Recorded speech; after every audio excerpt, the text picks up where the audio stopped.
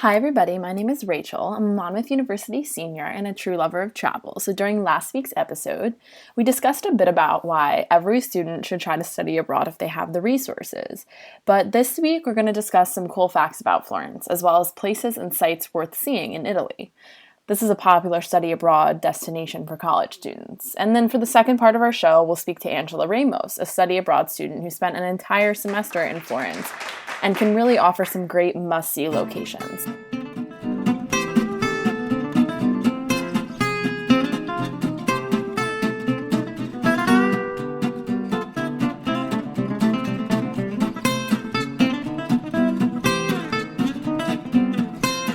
So we're back. Florence is a great travel destination for a multitude of reasons. It's a small city that's easily explored by foot, and there's plenty of historical locations to get to know. According to globalblue.com, Florence was the first city in all of Europe to have paved streets. These streets, if you ever find the time to visit, are old, cobbled, and sure to ruin your shoes.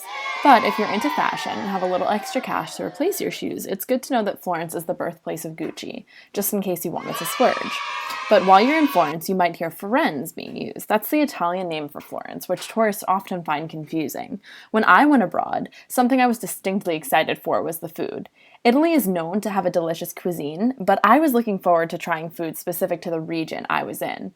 According to statravel.org, the regional dishes of Florence include crostini toscana, which are sliced bread rounds topped with chicken, bistecca alla fiorentina, a very large T-bone steak cooked over charcoal, and tagliata, sliced rare beef served on a bed of arugula.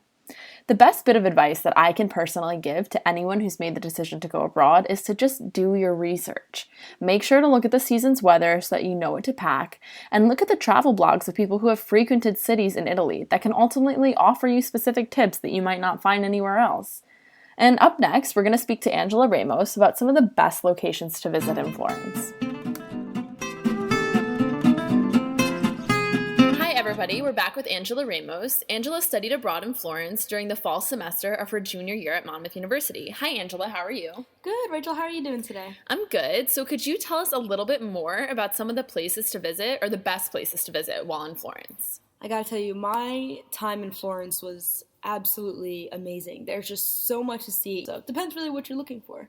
And did you visit like popular tourist places like the Duomo and stuff like that, or did you kind of try and stay away from that? You know what was actually crazy is being able to pass these really awesome touristy areas and places like every day. You know, there are places that are just like cool to hang out. Like you go to the top of Piazza Michelangelo, which is really, really beautiful. And honestly, it was a really big touristy place during the day, but then at night, it was a place that like college kids and like high school students just like went with a bottle of wine and some cheese and just like hung out with their friends and like didn't really cause any trouble. We were just there to hang out. So yeah, so I guess we went to a couple of touristy spots, but usually at night. Awesome. So thanks for talking with us today, Angela, and offering some great insight into the best ways to spend time in Florence. And sure enough, TripAdvisor.com lists the Duomo, Piazzale Michelangelo, and the Uffizi Gallery as worthwhile locations to visit. Well, thanks for sticking around today to listen to some facts about Florence and all it has to offer as a study abroad location. Today we discuss some distinguishing characteristics of Florence, including its excellent food. Thanks to Angela for interviewing with us today and giving us some firsthand expertise on the best way to spend time in Florence while you venture abroad. I hope all of you guys tune in next time for our final segment on some of the best ways to plan trips during your study abroad experience, especially if you're working on a budget. Thanks again for joining us today. Catch you next week.